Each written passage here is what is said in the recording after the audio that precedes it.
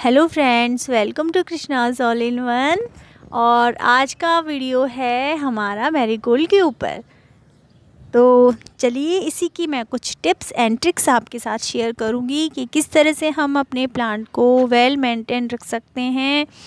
पूरे गर्मियों के सीज़न में हम किस तरह से फ्लावरिंग पा सकते हैं और किस तरह से हम इसके फूलों की साइज़ बढ़ा सकते हैं और किस तरह से हम अपने प्लांट को हेल्दी रख सकते हैं पूरे सीज़न के लिए।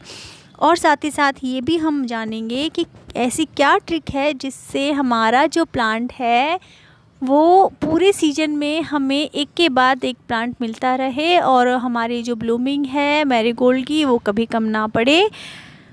तो इसी के बारे में हम बात करते हैं। तो चलिए शुरू करते हैं। ये आप देख रहे हैं, ये है मेरा मैरीगोल्ड का प्लांट जो मैंने खुद ने घर में सीड से ग्रो किए हैं। और जब जैसे हम पूजा की माला लाते हैं या गार्डन में कहीं आपको सूखा फूल मिल जाता है तो उसी को बस मैंने घर पे लाके और अपनी मिट्टी में दबा दिए और उससे बिल्कुल नए नए अच्छे अच्छे पौधे हमारे तैयार हो गए हैं। तो इसी ट्रिक के साथ आप अपने प्लांट को फ्री में तैयार कर सकते हैं। कहीं से भी आपको इजीली अवेलेबल हो जाते हैं इसके फूल, तो वो आप ले आइए और बिल्कुल सॉइल में आप दबा दीजिए। बहुत ही आसानी से ग्रो हो जाते हैं। आपको छाया में भी रखने की ज़रूरत नहीं है, धूप में रख दीजिए उसे और ये आपके हो जाएंगे। देखिए ये है मेरा मैरीगोल्ड जाफरी। बहुत ही छोटा होता है इसका प्लांट, ज़्यादा हाइट में नहीं जाता है। तो इसकी जो साइज़ है वो छोटी होने की वजह से आप इसको हैंगिंग बास्केट में, हैंगिंग पॉट में भी आप आसानी से लगा सकते हैं और ज़्यादा स्पेस नहीं हो लेता है ये। और दूसरा एक ट्रिक ये है दोस्तों कि आप इसको अलग से ना लगाएं और किसी भी प्लांट के साथ में लगा दें, किसी भी पॉट में लगा दें। हर पॉट में आप इसको आसानी से लगा सकते हैं, सबके साथ में एडजस्ट हो जाता है। हमारे दूसरे प्लांट को ये नुकसान नहीं पहुंचाता है, बल्कि ये फ़ायदा ही पहुंचाता है हमारे दूसरे प्लांट्स को, क्योंकि ये काम करता है पेस्टिसाइड का।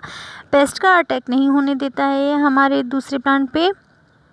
और दूसरा मुझे लगता है, जहाँ तक मैंने नोटिस किया है, कि ये जो है हमारे दूसरे प्लांट की जो सॉइल होती है उसे पोरस रखने में रियली में काफ़ी हेल्प करता है इसकी रूट्स की वजह से।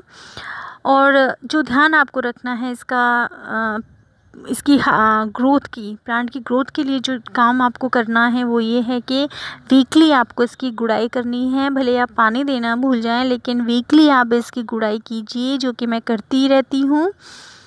बिल्कुल पॉट के चारों तरफ से मैंने आपको पहले वीडियो में बता रखा है गुड़ाई किस तरह से करनी है, तो आप वो देख लीजिए। और प्लांट के गुड़ाई करने से जो प्लांट है हमारा बहुत हेल्दी रहता है। कंपोस्ट दे सकते हैं आप इसे, गोबर की खाद दे सकते हैं आप इसे, लिक्विड फर्टिलाइज़र दे सकते हैं आप इसे। मैं तो ज़्यादातर गोबर की खाद ही यूज़ करती हूँ और उससे ये प्लांट बहुत हैप्पी रहता है और अच्छी ब्लूमिंग करता है। फ्लावर साइज़ बढ़ाने के लिए जैसे आप देख रहे हैं मेरे छोटे छोटे फूल भी आते हैं। सारे फूल मोटे मोटे आए हैं ज़रूरी नहीं है, लेकिन कुछ फूल जो हैं हमारे छोटे छोटे भी आ जाते हैं, तो उनको आप पिंच कर दीजिए। और जब फूल खिल चुके होते हैं, आपको सीड नहीं चाहिए होते हैं, तो भी आप उन फूलों को पिंच कर दीजिए। वैसे इसका फूल जो है एक बार खिल जाता है तो बहुत ही, मेरे तो 20-25 दिन चल जाता है वो फूल आसानी से। तो पिंचिंग आप इसकी टाइम टू टाइम करते रहिए, तो उससे क्या है कि इसकी जो फूल हैं वो जल्दी जल्दी आते हैं और एनर्जी हमारे प्लांट की वेस्ट नहीं होती है और वो न्यू प्रोडक्शन में लग जाती है। और अगर बात करें इसकी सॉइल की, तो वो मैंने आपको बता ही दिया है। पोरस सॉइल आपको रखनी है और खाद आपको देते रहना है, वीकली गुड़ाई करनी है। और सॉइल में जो मैंने डाला, ये देखिए आप, मेरे छोटा सा पॉट है बम्बू ट्री का, उसमें ये 2 प्लांट है और ये बहुत ही ज़्यादा हेल्दी हैं। नई नई शूट्स भी निकल रही हैं और बहुत ही हेल्दी हैं ये दोनों ही प्लांट्स। देखिए, और सब जितने भी मेरे प्लांट हैं वो एक ही फूल के उगे हुए हैं। तो इसका यही है कि इसकी जो सॉइल है वो बिल्कुल रिच सॉइल है, तो आप भी अपनी सॉइल रिच बनाइए। तो रिच बनाने के लिए आप ये कर सकते हैं कि सॉइल ले लीजिए, उसमें आप कोकोपीट एक जैसे एक मात्रा सॉइल की है, एक कोकोपीट की है, साथ में उसमें आप हाफ मात्रा में कंपोस्ट और हाफ में गोबर की खाद, इस तरह से 3 पार्ट बना के और आप बराबर का मिक्स कर दीजिए। तो आपकी बिल्कुल पोरस रहेगी सॉइल और ड्रेनेज सिस्टम आप अच्छा रखिए, क्योंकि इसको बिल्कुल भी सौगी सॉइल पसंद नहीं है, इसे वेल ड्रेन सॉइल ही पसंद है। पानी देते ही वो जो निकल जाए, और फिर इस तरह का रखना है, और बिल्कुल सुखाना भी नहीं है आपने। जब ये मिट्टी बिल्कुल सूख जाए तभी आप इसमें पानी दें, ये नहीं कि आप बिल्कुल पानी देना ही भूल जाएं। और अगर वैसे बात करें तो टोटली वीक में आप इसको 3 बार पानी दे सकते हैं। और जाफरी तो है ही बहुत अच्छा प्लांट, तो कई वैरायटी आती हैं आजकल इसकी, आपको जो पसंद है आप ला सकते हो। और अभी तो मुझे इसके सीड नहीं चाहिए, मुझे जाफरी का एक सीड चाहिए था, तो मैंने अभी एक सीड पॉट जो है वो बना लिया, रेडी भी हो गया है मेरा, सूख भी गया है। तो इस तरह से आप भी कर सकते हैं। और जैसे मैंने कहा कि हमारे गर्मियों भर पूरे सीजन में ये चलते रहें, तो उसके लिए यही है कि आप जैसे अभी आपके यहाँ ब्लूमिंग हो रही है, मेरे यहाँ ब्लूमिंग हो रही है, तो ठीक है, अच्छी है।